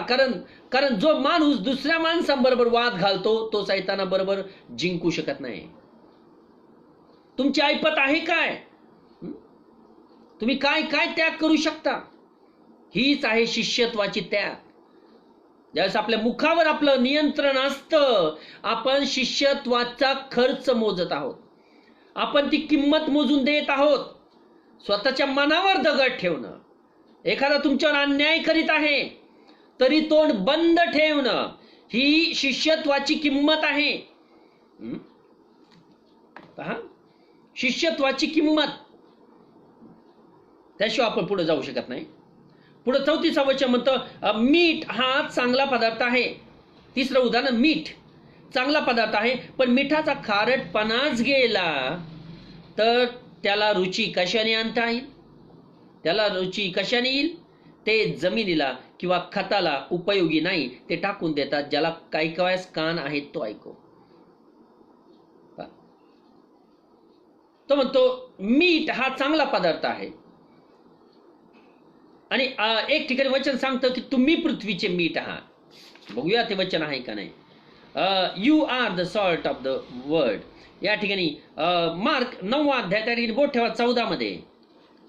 लूक 14 मध्ये बोट ठेवा. मार्क याचा 9 अध्याय 49 वचन. मार्क 9:49. येस. प्रत्येक मनुष्य अग्नीने शुद्ध केला जाईल. प्रत्येक मनुष्य अग्नीने शुद्ध केला जाईल. 9:49. व प्रत्येक बलिदान मिठाने खारट करतील. प्रत्येक बलिदान मिठाने खारट करतील. प्रत्येक मनुष्य अग्नीने शुद्ध केला जाईल. माझ्या बायबलमध्ये रेफरन्स खाली दिलेला आहे, मुळात खारविला जाईल. खारविला, उदाहरणार्थ एखादा फिश आपण जर का काढला त्याला मीठ लावतो, बरोबर आहे. प्रत्येक मनुष्य खारविला जाईल. ज्याला कोणाला देवाच्या राज्यात जायचंय तो खारविला गेला पाहिजे. म्हणजे मिठाचा खारटपणा त्याच्यामध्ये असला पाहिजे. आणि तो म्हणतो पुढं, मीठ चांगला पदार्थ आहे, परंतु मिठाचा खारटपणाच गेला तर तो कशाने आणता येईल. म्हणून तुम्ही आपणात मीठ असू द्या व एकमेकांबरोबर शांतीने राहा. पण एकमेकांबरोबर शांतीने राहणं हे आपल्यामधलं मीठ आहे. आपण जोपर्यंत एकमेकांबरोबर शांतीने राहतो ते आपल्यातलं मीठ आहे. जर एखादा आपल्यावर अन्याय करतो आपण शांत राहतो तर ते आपलं शांत राहणं आपल्यातलं मीठ आहे. जर आपण कोणाची निंदा करत नाही तर ते आपल्यातलं मीठ आहे, तो आपल्यातला त्याग आहे. जर आपण कोणाची निंदा बंधूची बहिणीची ऐकून घेत नाही तर तो आपल्यामधलं मीठ आहे, तो आपला त्याग आहे. फार मोठा त्याग आपल्याला करावा लागणार आहे. ही अनेक मजली इमारत बुरुज आपल्याला बांधावं लागणार आहे. शिष्य बनण्याचे हे आपल्याला माहित नव्हतं ब्रदर्स अँड सिस्टर. लोकांना शिष्य बनणं म्हणजे काय हा अजूनही माहिती नाहीये. ख्रिश्चन वर्ल्ड मध्ये, ख्रिस्ती जगामध्ये त्यांना असं वाटतं की काय मी येशूला फॉलो करतो, मी चर्चमध्ये जातो, मी म्हणजे मी शिष्य आहे. नाही, शिष्य असा होत नाही. शिष्यांनी फार मोठी किंमत मोजली. पाऊलाने किंमत मोजून दिली. पाऊलाने किंमत मोजून दिली. पाऊल या ठिकाणी बोलतो, हे काही नवीन वचन मला घ्यायचे होते. पाऊल या ठिकाणी बोलतो, या ठिकाणी बघूया आपण, मला ते वचन सापडतं का, परंतु इफिसकरस पत्रामध्ये असेल, बघूया. पाऊल या ठिकाणी बोलतो, 3रा अध्याय फिलिप्पीकरस पत्र,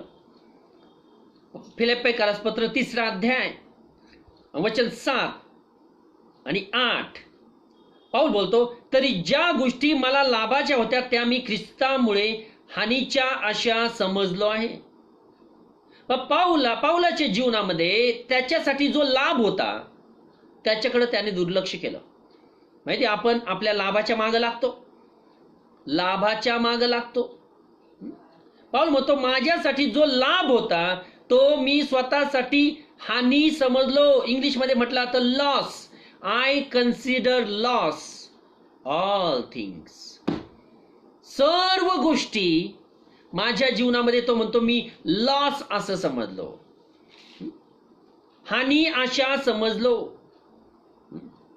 तो म्हणतो इतकेच नाही तर ख्रिस्त येशू माझा प्रभू याविषयीच्या ज्ञानाच्या श्रेष्ठत्वामुळे मी सर्व काही हानी असे समजतो. तो म्हणतो माझ्यासाठी ख्रिस्त जर सोडला तर दुसरं काहीच इम्पॉर्टंट नाही. Nothing is important for me. Nothing is important for me. माझ्यासाठी काहीच महत्वाचं नाही. पाऊल म्हणतो माझ्यासाठी सर्व काही लॉस आहे, माझ्यासाठी सर्व काही हानी आहे. ख्रिस्तापुढं माझ्यासमोर काहीच नाही. तो त्याच्यामुळे मी सर्व वस्तूंची हानी सोसिली आणि त्या केरकचरा अशा लेखतो. I consider all things nothing but dung. I consider all things as garbage. मी सर्व गोष्टी केरकचरा अशा लेखतो यासाठी की मला ख्रिस्त हा लाभ प्राप्त व्हावा. पाऊलाची झेप फार मोठी होती ब्रदर्स अँड सिस्टर्स. फार मोठी धाव होती, फार मोठी उंच उडी होती त्याची. आपण कुठे आहोत आपल्या जीवनामध्ये. त्याने सर्व गोष्टी त्यागिल्या, सर्व गोष्टी त्यागिल्या. आपण करू शकतो का? त्याने किती सोसलं. तो म्हणतो ख्रिस्ताच्या क्लेशातलं जर काही उरलं असेल, कलस 1:24 मध्ये तो म्हणतो की ख्रिस्ताच्या क्लेशातलं जर काही उरलं असेल तर तो म्हणतो की माझ्या देहानं त्याच्या मंडळीसाठी मी सोसलेलं आहे. इतकं त्याने लॉस, त्याने स्वतःच्या जीवाचे लाड केले नाही, त्याने स्वतःच्या शरीराचे लाड करीत बसला नाही. स्वतःच्या इच्छांना तो मारायला शिकला. तो ख्रिस्ताच्या पावलांमध्ये चालायला शिकला. त्याच्यासाठी बाहेरचं जग आणि नातेवाईक काहीच इम्पॉर्टंट नव्हतं. त्याच्या डोळ्यासमोर फक्त एकच ध्येय होतं, ख्रिस्त. म्हणून तो म्हटला मला जगणे हे ख्रिस्त, हे फक्त ख्रिस्त, नातेवाईक नाही, आणि मरण हे लाभ आहे.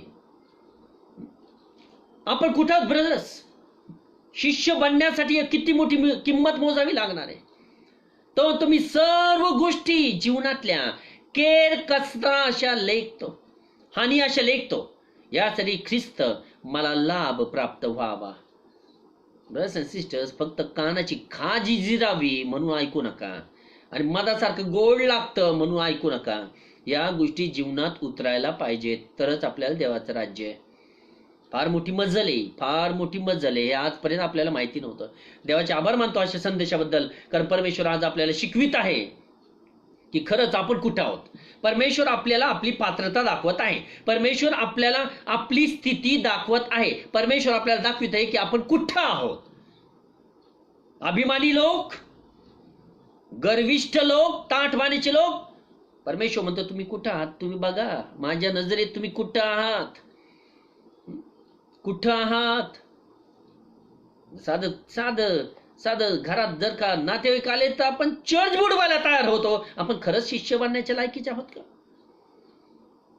नातेवाईकांची उठाठेवी करण्यासाठी, नातेवाईकांची मनधरणी करण्यासाठी आपण चर्च बुडवतो. त्या दिवसाचं आपण ऑनलाईन सर्व्हिस बुडवतो आपल्या कामासाठी. आपण खरंच शिष्य बनण्याच्या पात्र आहोत का? माय गॉड, देवाचे आभार मानतो असा आत्मा माझ्यामध्ये नाही. Thank the Lord for that.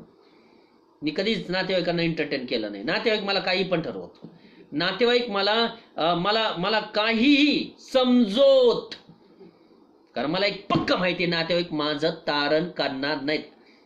त्यांचा श्वास त्यांच्या नाक पुढे ते काय करणार आहेत?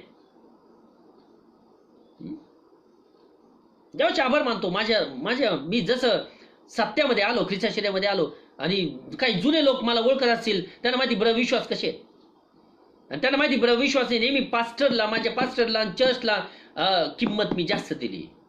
मी माझ्या घरच्यांना पण कधी जास्त किंमत दिली नाही माझ्या जीवनामध्ये. मी त्यावेळेस शिकत होतो, त्या काळी ज्यावेळेस पास्टरचा शिष्य होतो मी. देवाचे आभार मानतो माझ्यामध्ये असा एंटरटेन करणारा आत्मा. पाऊल म्हणतो स्वर्गातून दिव्य दूत जरी आला तरी त्याची मनधरणी मी करणार नाही. पण आपण काय करतो? आपल्या नातेवाईकांची मनधरणी करण्यासाठी.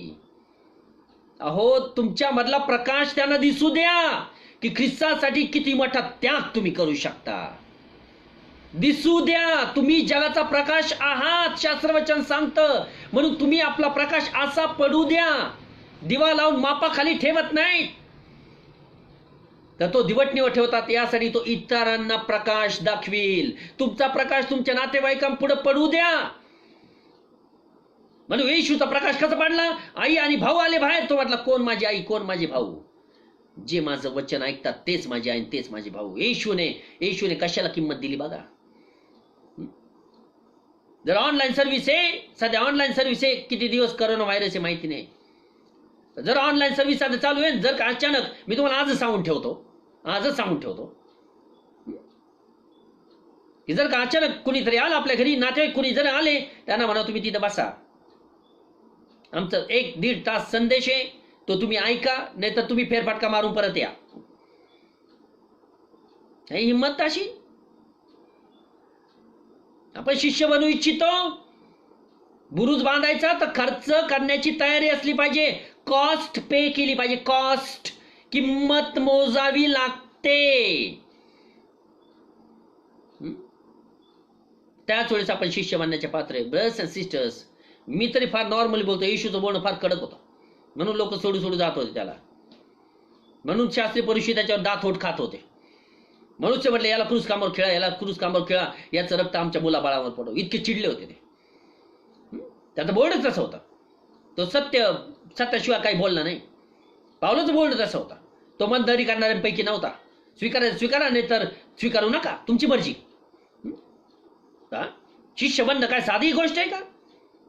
पाऊल म्हणतो मी सर्व गोष्टी हानी अशा समजलो.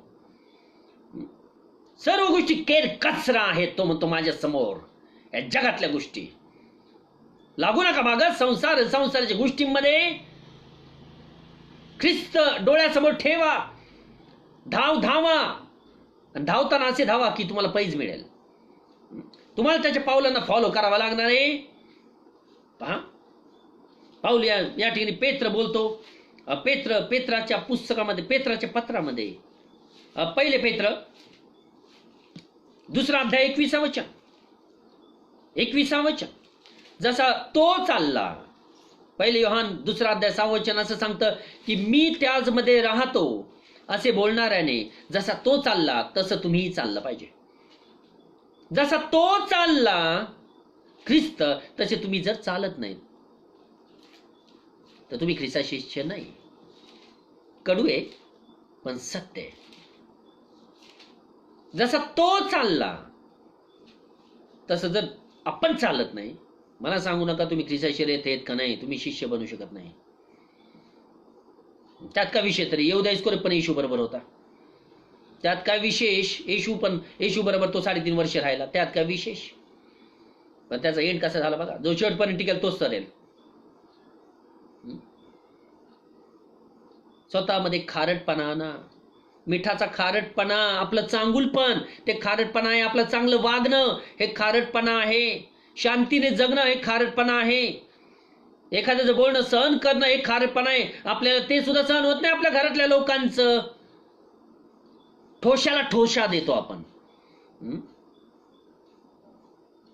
माझ्या मिसेसला हसायला येतं, पण बरोबर आहे. हे कित्येकांची ही रीत आहे. वचनात सांगतं 21 वचन, पहिले पेत्रामध्ये आहोत आपण, एवढं आपण संपूया. पहिला 2 अध्याय, पहिले पेत्र 2 अध्याय 21 वचन, याच करिता तुम्हास पाचारण करण्यात आले आहे, यासाठी तुम्ही शिष्य म्हणावे, कारण ख्रिस्तानेही तुम्हासाठी दुःख सोशिले. This is very serious message. हा मेसेज इतका गंभीरतेने भरलेला आहे, हसण्याचा विषय नाही. You have to control yourself. याच करिता तुम्हास पाचारण करण्यात आले आहे, कारण ख्रिस्तानेही तुम्हासाठी दुःख सोशिले. ख्रिस्ताने तुमच्यासाठी दुःख सोशिले. तुम्ही त्याच्या पावलास अनुसरावे म्हणून तुम्हा करिता कित्ता घालून ठेवला आहे. एक्झाम्पल आहे. ख्रिस्त हा तुमच्यासाठी कित्ता आहे. त्याने दुःख सोशिलं तसं तुम्ही पण सोसा. घरच्यांचं पण, शेजारच्यांचं पण आणि कामावरच्या लोकांचं पण.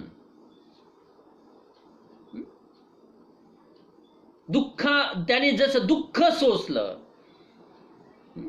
त्याने घरातल्या लोकांचंही दुःख सोसलं, बाहेरच्या लोकांचंही दुःख सोसलं. याच करिता तुमच्यासाठी कित्ता घालून ठेवला आहे, यासाठी तुम्ही त्याच्या पावलांना अनुसरावे. पण मी का कमीपणा घेऊ? कुणीतरी म्हणतं सहन करणं हे चुकीचं आहे. नाही, सहन करणं एक गुन्हा आहे. कुणीतरी असं म्हणतं की सहन करणं हा एक गुन्हा आहे. मी येशू पुढे बोलताल का सर? कारण त्याने सहन केलं. त्याने सहन केलं. हे चुकीचं ज्ञान आहे. सहन करणं एक गुन्हा आहे. सहन करणं हे गुन्हा आहे. हे चुकीचं ज्ञान सैतानापासून आलेलं, जगापासून आलेलं आहे. पण सहन न करणं, कुणीतरी म्हटलं, माझं विधान पुढे रिपीट करतो, सहन करणं हा गुन्हा आहे. आता त्यांचं असं म्हणणं आहे, सहन करू नका, ठोशाला ठोसा द्या. येशू तसं शिकवलं नाही. येशू म्हणला, एका गालात जर तुझ्या कुणी मारली तर त्याच्या पुढे दुसरा गाल पुढं कर. आणि तुम्ही काय म्हणता येशू पुढं? तुम्हाला शिष्य बनायची इच्छा आहे का? शिष्य बनायची इच्छा आहे का? तो पुढे म्हणतो, तुम्ही त्याच्या पावलास अनुसरावे म्हणून तुम्हा करिता कित्ता घालून ठेवलाय. त्याने पाप केले नाही आणि त्याच्या मुखात कपट आढळले नाही. त्याच्या मुखात कपट नव्हतं. त्याने पाप केलं नाही. कधी कपटी अंतकरण ठेवू नका. जर शिष्य बनायची इच्छा असेल तर कोणाविषयी कधी कपट मनामध्ये ठेवू नका. 30 वचन सांगतं, त्याची निंदा होत असा. तुमची जर निंदा झाली, तुम्ही काय करताल? काय मला बोलतो? मग तुम्ही पण बोलताल. अर्थात तुम्ही स्पष्ट दाखवता की तुम्ही बुरुज बांधण्याच्या पात्र नाही. तुम्ही किंमत मोजायला तयार नाही. तुमची निंदा होत असा, त्याची निंदा होत असा, त्याने उलट निंदा केली नाही. दुःख शोषित असता, त्याने कोणाला धमकावलं नाही. त्याला बोलता येत नव्हतं का? नाही, पण तो वेगळा होता, तो देवाचा पुत्र होता. दुःख सुषित असता त्याने धमकाविले नाही. आपल्या सहनशक्तीची परिमिती किती आहे? जर एखादा आपल्यावर अन्याय करत असेल, तुम्ही माहिती का, तुमच्यापैकी कित्येक जण असे ते म्हणतात, आता माझ्या सहनशक्तीचा बांध तुटला, आता मी बोलणार, किती सहन करणार. तुम्ही मला सांगा, येशूला तुम्ही बोलता सर, येशूने किती सहन केला? दुःख सुषित असता त्याने धमकाविले नाही, तर यथार्थ न्याय करणाऱ्याकडे ते सर्व सोपवून दिले. येशूने किंमत मोजली. याला म्हणतात किंमत मोजणं. तो देवाचा पुत्र असूनही त्याने किंमत मोजून दाखवली. आणि आपल्याला शिष्य बनायचे तर किंमत मोजावी लागेल. तो पुढे म्हणतो, मला तेवढीच वचनं पाहिजेत. किंमत मोजली आणि आपल्याला ही किंमत मोजून द्यावी लागेल. ब्रदर्स अँड सिस्टर्स, शिष्य बनणं साधी गोष्ट नाही. लोकांसाठी ते साधं आहे, लोकांसाठी साधं आहे. येशूला चर्चमध्ये येतात म्हणजे त्यांना असं वाटतं आपण शिष्य बनलो. नाही, शिष्य बनण्यासाठी तुम्हाला किंमत मोजावी लागल, तुम्हाला स्वतःला कमी लेखावं लागल. पाऊल एक ठिकाणी म्हणतो मी रोज मरतो. तुम्ही मला सांगा या शब्दाचा अर्थ काय? पाऊल एक ठिकाणी म्हणतो मी रोज मरतो, आय डाय डेली. मी रोज मरतो म्हणजे काय? रोज मरतो. स्वतःला मारणं जमलं पाहिजे. स्वतःला मारणं म्हणजे स्वतःच्या इच्छांना पायाखाली तुडवणं. मला हे घेण्याची इच्छा आहे, मारा त्या इच्छेला. आपल्याला जर एखादी वस्तू घ्यायची इच्छा असेल तर आपण इझिली घरामध्ये आणतो. पण आपण कधी देवाच्या कार्याचा विचार, आपल्या मनामध्ये कधी इच्छा होत नाही की चर्चला द्यावं. इच्छा येतच नाही. अशा इच्छा येत नाहीत. आपल्यामध्ये जगिक इच्छा येतात. माझ्या घरामध्ये हे पाहिजे, माझ्या घरामध्ये ते पाहिजे. पण आपण हे कधी विचार करत नाही की चर्चला काय पाहिजे. पहिल्या शतकाला मंडळीतल्या लोकांनी सर्व काही आपलं विकून, मालमत्ता जेवढी होती तेवढी विकून प्रेषितांच्या चरणापाशी ठेवली. त्यांनी त्याग केला, ते शिष्य बनू शकले. आपण इतकं स्वयं केंद्रित आहोत. सेल्फ सेंटर्ड, इंग्लिशमध्ये म्हणतात सेल्फ सेंटर्ड पीपल. स्वयं केंद्रित लोक, अर्थात स्वतःवर केंद्रित केलेले लक्ष. देवाच्या गोष्टींकडे नाही, ख्रिस्ताकडे नाही, चर्चकडे नाही. म्हणजे आपण किती मागं आहोत. स्वयं केंद्रित लोक, मी आणि माझं कुटुंब, माझ्या घरात काय असलं पाहिजे ते मी पहिलं पाहणार, मी पहिलं ते पाहणार. येशू एक ठिकाणी म्हणतो, एवढं शेवटचं उदाहरण देऊन मी थांबतो. येशू एक ठिकाणी म्हणतो की जो चांगला शेतकरी असतो तो प्रथम आपलं गोदाम तयार करतो, आपलं गोदाम बांधतो. चांगलं गोदाम धान्य ठेवण्यासाठी त्याचं घर तो प्रथम बांधत नाही, तो प्रथम गोदाम बांधतो आणि नंतर घर बांधतो. तुम्हाला शिष्य बनायची जर इच्छा असेल तर स्वतःला मारायला शिकलं पाहिजे. फार मोठी किंमत, आजपासून लक्षात ठेवा, फार मोठी किंमत तुम्हाला मोजावी लागणार आहे. प्रत्येक क्षणोक्षणी, पावलं पावली. तुमच्या कामावर सुद्धा किंमत मोजावी लागणार आहे. तुमच्या घरात सुद्धा तुम्हाला किंमत मोजावी लागणार आहे. तुम्हाला स्वतःच्या तोंडावर नियंत्रण ठेवावं लागणार आहे. तुम्हाला गोष्टी सहन कराव्या लागणार आहेत जसं त्याने सहन केलं. तुम्हाला दुःख सहन करावं लागणार आहे जसं त्याने सहन केलं. त्याच्या पावलांना अनुसरावं लागणार आहे. तरच आपण त्याचे शिष्य आहोत. Amen. May God bless you to all of you. आज मी या ठिकाणी थांबतो. मला नाही वाटत हा विषय आज संपू शकेल, पण बरेचसे नवीन वचन मी आजच्या दिवशी घेतले. माझा विश्वास आहे की आजही बऱ्याच मोठ्या प्रमाणात तुमच्या परमेश्वराने प्रकाश टाकला तुमच्या मनावर, तुमच्या विचारांवर, की खरंच शिष्य बनण्यासाठी, हा बुरुज बांधण्यासाठी किती मोठा खर्च द्यावा लागतो. परमेश्वर तुम्हाला आशीर्वाद करो. ब्रदर्स अँड सिस्टर्स, माझ्यासाठी सतत प्रार्थना करीत राहा. माझ्या फॅमिलीसाठी सतत प्रार्थना करीत राहा. निश्चित मी तुमचे आभार मानतो, तुम्ही प्रार्थना करीत आहात. आणि रोजच्या प्रार्थनामध्ये, आपल्या वैयक्तिक प्रार्थनामध्ये, कौटुंबिक प्रार्थनामध्ये माझ्यासाठी, माझ्या फॅमिलीसाठी प्रार्थना करीत राहा. त्यानंतर ख्रिस्ताच्या शरीरातील सर्व मिनिस्टर्स लोकांसाठी, त्यांच्या फॅमिलीसाठी, त्यांच्या चर्चेसाठी प्रार्थना करा. आपल्यामध्ये जे कुणी आजारी असतील, आपल्या लोकल मंडळीमध्ये ज्यांना प्रार्थनेची आवश्यकता असेल, व्हॉट्सअप ग्रुपला ज्यांच्या प्रार्थनेची विनंती असेल त्यांच्यासाठी सतत प्रार्थना करीत राहा. सिस्टर पुष्पासाठी आपल्या डेली प्रेयरमध्ये आठवण करा, जोपर्यंत मी तुम्हाला सांगत नाही की आता तुम्ही प्रार्थना स्टॉप करा. मी तुम्हाला सांगेल प्रार्थना स्टॉप करा, याचा अर्थ असा नाही की तिथून पुढे त्या व्यक्तीला प्रार्थनेची गरज नाही, तिथून पुढे आहे, पण आता सध्या अत्यावश्यक आहे. म्हणून तुम्ही सतत सिस्टर पुष्पासाठी प्रार्थना करीत राहा आणि ह्या गोष्टीकडे लक्ष ठेवा. जे संदेश सध्या चालू आहेत, परमेश्वरानं अधिक आपल्याला त्याच्यामध्ये घेऊन जावं, अधिक प्रकटीकरण करावं, अधिक वचनं द्यावीत, अधिक समज द्यावी. म्हणून स्वतःसाठी प्रार्थना करा आणि ही किंमत कशी मोजणार आता त्याविषयी विचार करायला सुरुवात करा. Amen. May God bless you to all of you. आजच्या वचनांबद्दल मी देवाचे आभार मानतो. आजच्या संदेशाबद्दल मी देवाचे आभार मानतो, जो देव आपल्याला हा संदेश समजून सांगत आहे. शिष्यत्वाची किंमत, द कॉस्ट ऑफ डिसायपलशिप. माझ्यासाठी प्रार्थना करा, म्हणजे अधिक मोठ्या प्रमाणात ह्याचं स्पष्टीकरण आपण बघूया. संडेच्या दिवशी आपण शेवटची प्रार्थना करूया. त्यावेळेस धन्यवाद असो परमेश्वर पित्या, गौरव आणि गौरव असो परमेश्वर आजच्या सुंदरशा संध्याकाळच्या समयाबद्दल.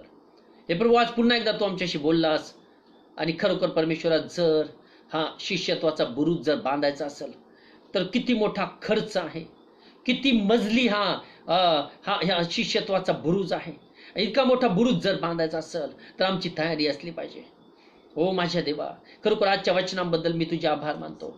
खरोखर परमेश्वरा, जो राजा आमच्यावर चालून येतो त्यात आम्ही स्वतःची कुवत ठेवली पाहिजे की त्या राज्यावर आम्ही विजय प्राप्त केला पाहिजे, सैतानावर विजय प्राप्त केला पाहिजे. सैतान, जग आणि हा देह स्वभाव याच्यावर विजय प्राप्त करणारे आम्ही लोक असले पाहिजेत. हे माझ्या प्रिय बाप्पा, आमच्यामध्ये मिठाचा खारटपणा पाहिजे. आणि जर मिठाचा खारटपणाचा म्हणजे आमच्यामध्ये नाही तर आम्ही फेकून देण्याच्या पात्रतेचे होऊ. हे परमेश्वर बाप्पा, खरं बाप्पा, आमच्यामध्ये मिठाचा खारटपणा पाहिजे. म्हणून बाप्पा, आमच्यामध्ये मीठ, तुझं वचन आम्ही वाचलं की मीठ तुमच्यामध्ये असू द्या. आमचं चांगुलपण हे आमच्यातलं मीठ आहे. तुझ्या वचनाप्रमाणे जीवन जगणं हे आमच्यातलं मीठ आहे. तुझ्या आज्ञांचं पालन करणं हे आमच्यामधलं मीठ आहे. सहन करणं, स्वतःची हानी सोसणं हे आमच्यातलं मीठ आहे आणि हे तुला आवडतं. हे परमेश्वर, तुझं वचन सांगते प्रत्येक मनुष्य अग्नीने शुद्ध केला जाईल, अर्थात अग्नीने खारविला जाईल. पवित्र आत्म्याच्या अग्नीने तू आम्हाला शुद्ध करणारा, खारवणारा तू आमचा देव आहेस. हे परमेश्वरा, तुझ्या वचनाबद्दल आम्ही तुझे आभार मानतो, जे तू आम्हाला आज देत आहे. प्रभू, मी तुझे आभार मानतो. आज तू आमच्याशी बोललास, तुझ्या वचनांचं वर्चस्व आमच्यावर हो, तुझं वचन आमच्या अंतकरणात लिहिलं जावं. प्रभू, आज तू मला सहाय्य झालास परमेश्वरा. माझ्या जिभेला ओठांना तू स्पर्श केलास, माझ्या मुखात तू आपले शब्द गाठलेस, याबद्दल तुझे आभार मानतो. तू आम्हाला मार्गदर्शन केलंस, याबद्दल तुझे आभार मानतो. प्रभू, तू मला शक्ती पुरवलीस, याबद्दल मी तुझे आभार मानतो. धन्य तुझं नाम, धन्य तुझं नाम. सुंदरशा वचनांबद्दल, संदेशाबद्दल आम्ही तुझे आभार मानतो. येथून पुढचा वेळ तुझ्या स्वाधीन बाप्पा. हे प्रभू, आम्ही प्रार्थना करतो सिस्टर पुष्पासाठी विशेष करून बाप्पा. खरंच बाप्पा, तू त्यांना आतापर्यंत बरं केलेलं आहेस असा आमचा विश्वास आहे. तू त्यांच्या बरोबर आहेस. प्रभू, आम्ही तुला विनंती करतो परमेश्वरा, त्यांना पूर्ण स्पर्श कर, म्हणजे ते पूर्ण बरे होतील. जसं त्या आंधळ्या मनुष्याला तू दुसऱ्यांदा स्पर्श केलास आणि तो पूर्ण बरा झाला. प्रभू, आम्ही विनंती करतो की सिस्टर पुष्पाला पुन्हा स्पर्श कर, त्यांना पूर्ण बरं कर. यासाठी तुझ्या गौरवाची साक्ष तुझ्या मंदिरात द्यावी. यावेळेस ख्रिस्ता शरीरातील प्रत्येक मिनिस्टर, त्यांच्या फॅमिलीज आणि त्यांच्या चर्चेतल्या लोकांसाठी आम्ही प्रार्थना करतो. त्यांच्याबरोबर तू राहा, त्यांच्या चुकांची त्यांना क्षमा कर आणि खरोखर बाप्पा, प्रत्येकाबरोबर तू राहा. हे प्रभू, या करोना व्हायरसच्या महामारीमधून जात असताना प्रत्येकाचं रक्षण कर. हे प्रभू, प्रत्येकावर आपली कृपा ठेव. प्रभू, या लोकल मंडळी मधल्या, स्थानिक मंडळीतल्या प्रत्येकावर आपली कृपा ठेव. त्यांची हर एक जणाची गरज तू भागव येशूच्या नामामध्ये. प्रत्येक तुझं लेकरू, त्याला तुझ्या स्वाधीन घे माझ्या देवा. प्रत्येकाची गरज भागव, प्रत्येकाचा आजारपण तू दूर कर. हे माझ्या देवा, तू दया कर बाप्पा. आमच्या अशक्तपणास आम्हाला तू शक्ती दे प्रभू, शक्ती दे माझ्या प्रिय बाप्पा. तुझ्या वचनांप्रमाणे चालावयास आम्हाला शक्ती दे. शिष्यत्वाची किंमत मोजायला आम्हाला शक्ती दे, अशी विनंती मी तुला करतो. प्रभू, सर्वांबरोबर तू राहा. प्रत्येकाची गरज ख्रिस्त येशूमध्ये भागव. येथून पुढचा वेळ तुझ्या स्वाधीन घे. धन्यता आणणारा प्रभू येशू ख्रिस्ताच्या प्रिय आणि गोड नावात मागतो, म्हणून तो ऐक. आमीन, आमीन, आमीन. Well, may God bless you to all of you, and thank you very much.